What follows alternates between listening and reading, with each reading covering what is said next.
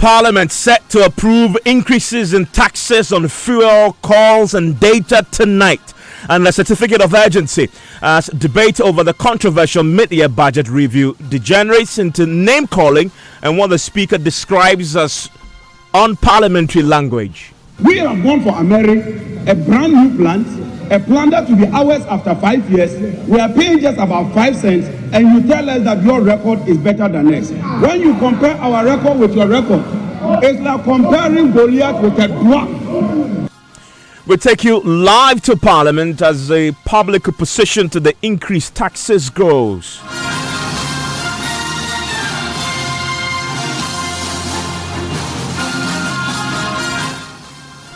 This is Top Story with Evans Mensah.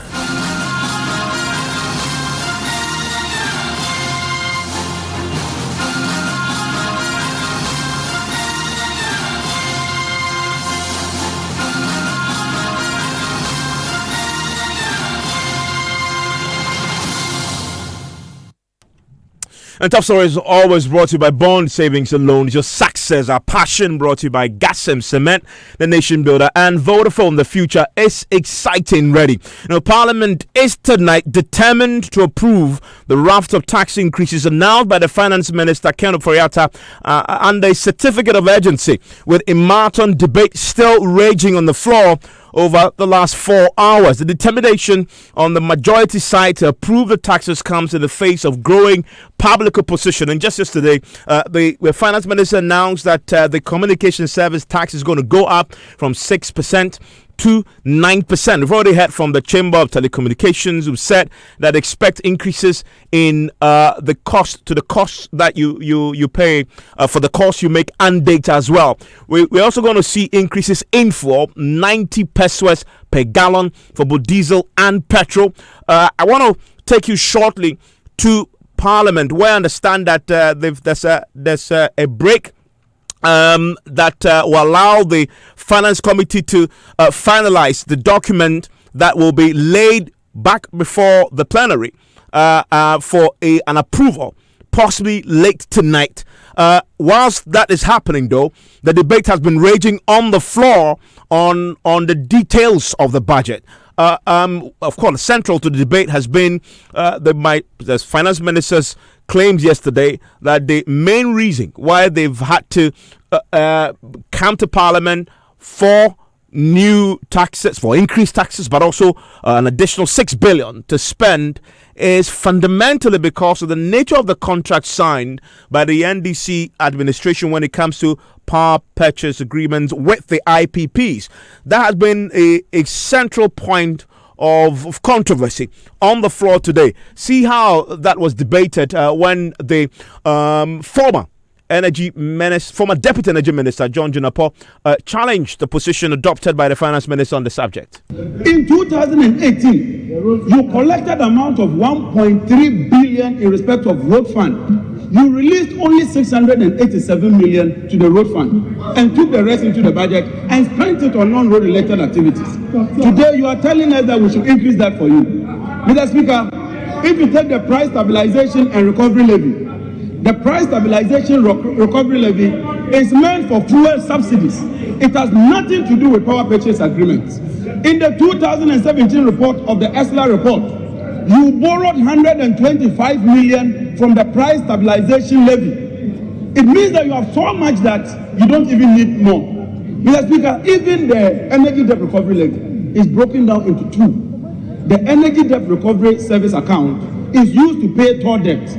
It is therefore my contention, Mr. Speaker, that this explanation that it is because of so-called PPAs, that is why you are increasing these taxes, cannot be here, it cannot be there. It's nothing but a ruse, and we will not accept that explanation. Now deal with the real take-or-pay issue. Mr. Speaker, the narration is as if this is a new phenomenon. Mr. Speaker, and I'm happy my colleague Mohamed Amin Anta explained it, that if you take Bridam, we borrowed $620 million to build Bridam. Mr. Speaker, we cannot go to the Chinese and tell the Chinese that because Bridam is generating only 130 megawatts, we will not pay for that facility. Whether we produce power or not, we will pay for that facility. Even more disturbing, is the Asogli power plant. The Asogli power plant is an old plant. You went and contracted it and you are paying a 4.4 cents per kilowatt hour. For an old plant, we have gone for Ameri, a brand new plant, a plant that will be ours after 5 years. We are paying just about 5 cents, and you tell us that your record is better than us. When you compare our record with your record, it's like comparing Goliath with a dwarf.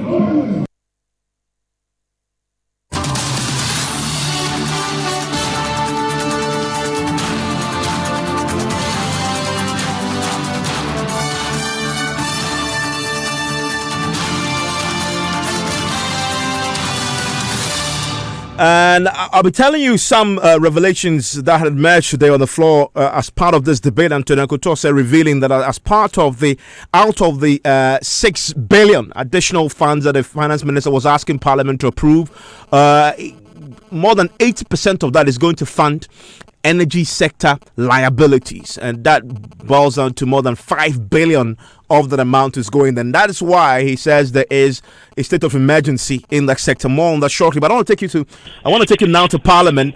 I've just been joined right now by my colleague Parker Wilson, who is just joining me. Also, we'll be speaking shortly to Antonio Fa, who is MP for Sekuma Dobin Brakwa. He is a member of the Finance Committee.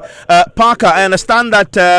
First of all, what is happening on the floor now? Because there's a lot of work on the floor tonight to get this passed. Okay, so on the floor a while ago, the Deputy Finance Minister, that is Abina Osei-Asari, laid a paper to amend the Communication Service Act, which will allow for the increase. And so that paper was laid just a while ago.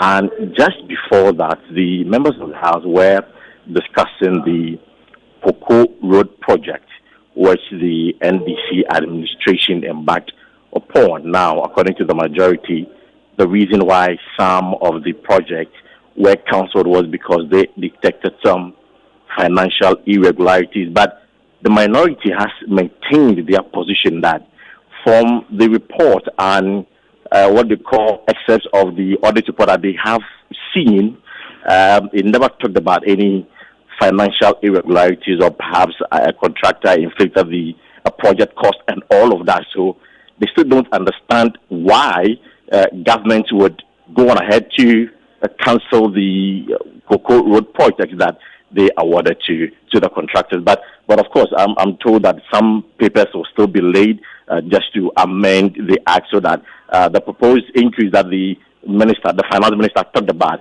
at least it will take effect. Okay, so the communication service tax documents have been laid, and it's expected that the House would debate that and approve that tonight. But also, yes, just at the time I was leaving the chamber, I heard the speaker say that they are referring the bill to the Finance Committee for perusal. I see, but what about the taxes on the energy sector levies that we also know is subject to some controversy, but Parliament will have to look at it. Is that also going to come tonight? That is what we've been told, Evans, that, all the papers will be late today because, they would have to take effect from August 1. So if they don't do it today, perhaps the Finance Committee would not have the time to examine the document to make their input. So this evening, Parliament would be suspending sitting, we've been told by the Speaker, and return in the next 40 minutes or an hour to also consider some of the papers that it will be laid. And of course, it will be referred to the Finance Committee. Okay, but as we speak currently, that break hasn't happened yet, has it? No, as the time I was leaving the chamber, it hadn't happened yet. Okay, Parker, stay with me. Let me bring in Antonio Fa, is MP for Sekuma Dobin Brakwa. He's finance member of the Finance Committee.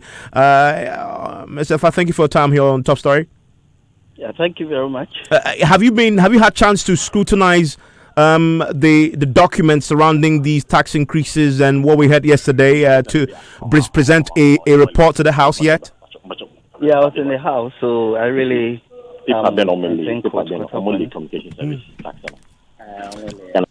Hello, Mr. Fa. Yes. Yes, I'm saying, you say you were in the House. You haven't had time to scrutinize it at all? In the House doesn't mean home. In Parliament, okay. I was in the chamber. That's what I meant as well. I wonder whether your committee have had time to meet at all to to look in detail and bring a report? No, the date is tomorrow. We've been scheduled for tomorrow to have a meeting to discuss the report, and especially the additional appropriation that is requested by the minister, the 6.37 billion Ghana cedis. So we are scheduled to have that meeting tomorrow. Okay, so the committee. So finance committee will meet tomorrow to consider, to look at the budget review. Yes, the additional request for fund for 6 billion plus. Resources, 6.37 billion Ghana cedis. Then explain. 2 p.m. We'll have a meeting scheduled. Okay, but then explain to me then. I mean, from what my colleague is telling me, already the Deputy Finance Minister has laid the communication service tax document before the House for consideration and passage. Yeah, it's all been scheduled for tomorrow. Once it's been laid, it's been referred to the Finance Committee and other relevant committees. So we're going to get together tomorrow, review it, see the benefits of it to the country, how much a fiscal impact is going to generate. And then we come to the floor, hopefully tomorrow, and then in the afternoon or the day after to debate it. So we'll certainly come to the floor soon after the meeting tomorrow afternoon. So kindly explain to me procedurally, though, because in the last 4 hours, Parliament has been debating the review already, even without that report that you are supposed to bring. How does that work? I thought normally the procedure is that the committee will do its work, bring its report, and then that becomes the basis for the debate. But the debate has been going on already for the last 4 hours. Yeah, I would explain. The debate that is ongoing is about the minister, the finance minister, giving a report to the House yesterday. Leadership has scheduled for a discussion of the various principles. What we are meeting tomorrow to do is that some of these issues or propositions that the minister made will require parliamentary adjustments to some bills. For example, the communication bill, the communication service tax. He has said it, but it's not effective until Parliament sits or the committee sits, and then we come back to get a bill amended. Then it takes effect. So that work has not been done. Let's say, in simple terms, that we've now been told what government intention is, but it's not effective until Parliament approves. What we're doing on the floor today is to debate sections of it, call it the principles. What has he said? He wants to introduce the communication service tax. People have the opinion. Should it be done? Should it not be done? Then the question is put, and then the House adopts it or rejects it. Then the other issues that have been raised. So it is for Parliament to understand what really the minister intends to do. But after Parliament has debated those principles, we have to go into the committee rooms to look at how those propositions will affect the current tax laws of the country. That is making reference to just the two taxes or levies that are coming up. The ESLA, for example, we are adding 20 pesos per liter of petroleum to the charges. What that means is that currently, as we speak this night, there's no law that permits the 20 pesos adjustment. So until the committees meet and come up with a report to the House for discussion and approval, it is not effective. We're looking at working very quickly tomorrow and maybe the day after, before we rise on Friday, to have all the laws approved or amended such that now they become effective. Okay. So until we go through that process, we are talking about it just to understand the principles, the rationale behind all this, and why government wants to introduce a policy A or a policy B. But the real work will be done tomorrow. See, after the minister did the presentation yesterday, today you see that the deputy minister is laying the papers, which now has to go, the committees have to go home to the committee rooms to look at and then submit their reports. So as we speak, there's no law and it's not effective, what the minister said. And very quickly, as a member of Parliament first and a member of the Finance Committee yourself, do you support the tax increases that you're going to be considering when it comes down to deciding whether to approve or not to approve. Are you going to give it your I will vote? support it, and I have my reasons. We as a country have consistently identified that mobilizing revenue has been difficult. Now, the targets that we set for ourselves are so, somebody would call, say, ambitious. Why? Because we have very, very important programs to run. Now, the targets that we set, we are behind schedule. In the 2019 budget, an appropriation of about 26 billion cedis was supposed to have been generated and spent between January and June, half year. But we have received 22 billion of the 26 projects. So there's a cash flow shortage of about 4 billion. Okay, so what you're saying is that we need this money to complete this project. I wanted to hold the line for me briefly. I want to bring in Chairman of the Finance Committee, Dr. Sibe Ibua, who just joined us. Mr. Sibe, thank you for your time here on Top Story, sir. Sorry. Yeah, thank you. Great. So tell me, just walk me through. Tonight, we're just hearing from your other colleague that you expect to approve these new taxes tomorrow, not tonight. Evans, the tax bills emanating from the presentation of the finance minister yesterday have just been laid in the House. These are the Communication Service Tax Amendment Bill, the Earmark Funds Capping and Realignment Amendment Bill, the Energy Sector Levies Amendment Bill 2019, and the Luxury Vehicle Levy Repeal Bill 2019.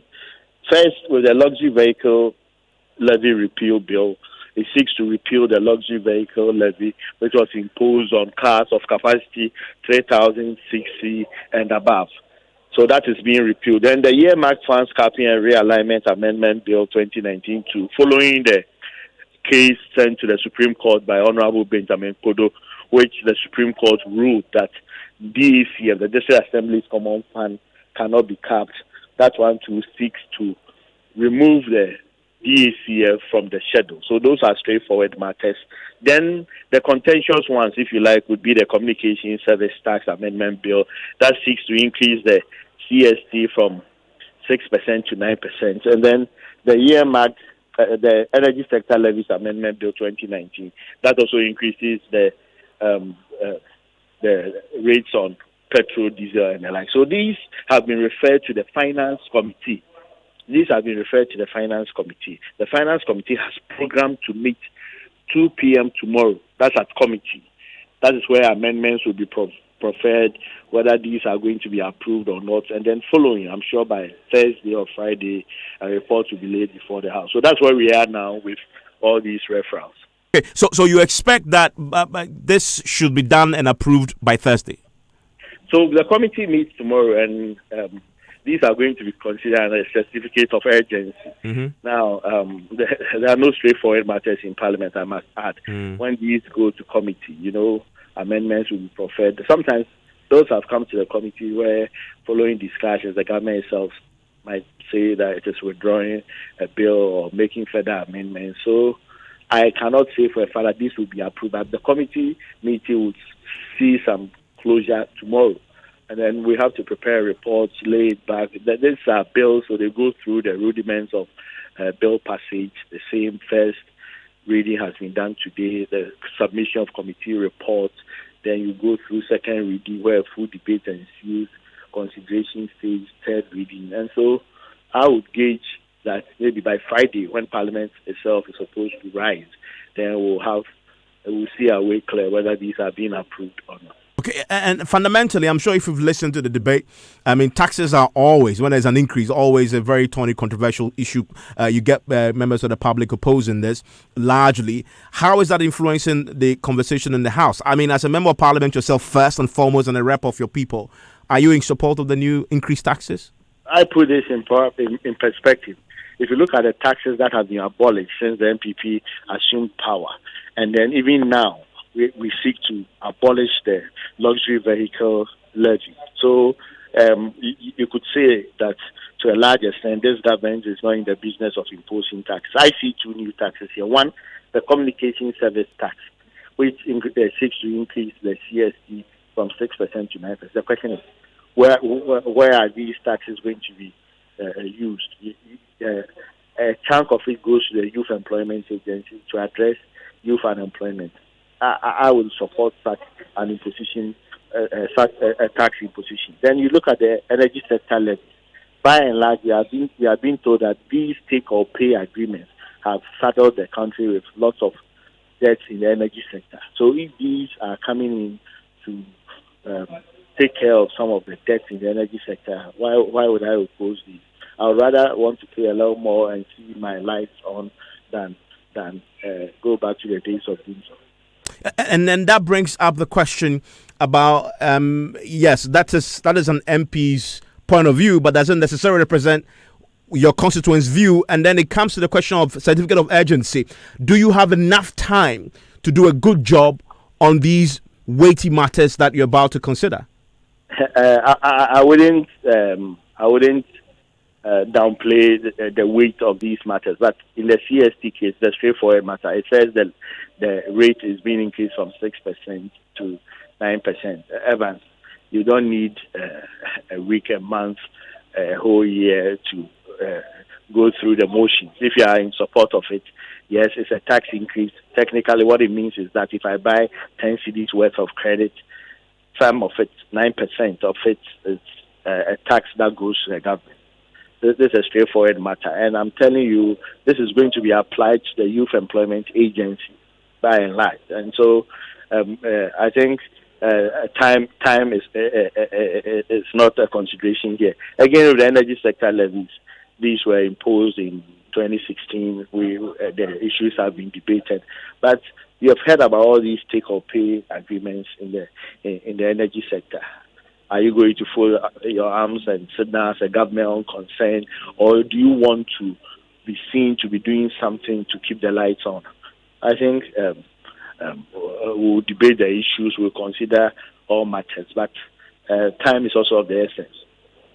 I'm grateful that you joined us, Chairman of the Finance Committee in Parliament, Dr. Marcus Sibe Yeboah. And in Parliament today, the Minister responsible for monitoring and evaluation, Antonio Kotos, also revealed that as per the Cabinet discussions, that a chunk, more than 80% of the additional 6 billion plus cedis that the Finance Minister is requesting Parliament to approve, more than 80% of that is going to simply pay for energy sector liabilities. In fact, he narrows it down to more than 5.1 billion cedis of the 6 plus billion is going to go just to pay energy sector liabilities. Listen to Antonio Koto say. My simple mind tells me this is what the question the minister is posing to us.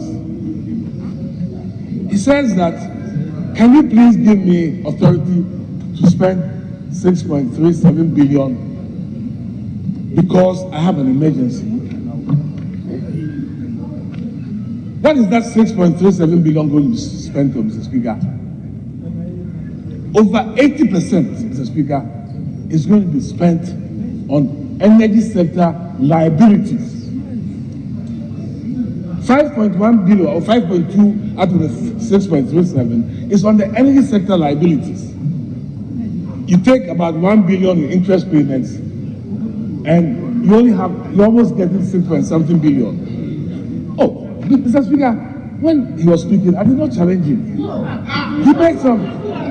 Mr. Speaker, he does not understand the budget that is being populated. Mr. Speaker, 5.2 billion is for payment of energy sector liabilities. It's called amortization. Mr. Speaker, if he doesn't understand, I'm telling him, amortization. He doesn't know why it is an expenditure. Mr. Speaker, so I wish we would focus our attention on what got us over there. And the whole budget, in my view, Mr. Speaker, the explanation is really on page 31. Mr. Speaker, the Honourable Minister for Monitoring and Evaluation made a statement that I think, Mr. Speaker, cannot be the case. Mr. Speaker, in the budget statement that has been presented to us, if we were to look at Appendix 12, Economic Classification of Government Expenditure, 2019. Mr. Speaker, it indicates to us where the money is going to go. Mr. Speaker, clearly, It is contrary to what the minister is telling us. So I want the minister to point us, Mr. Speaker, amortization can never be a substitute of subsidy.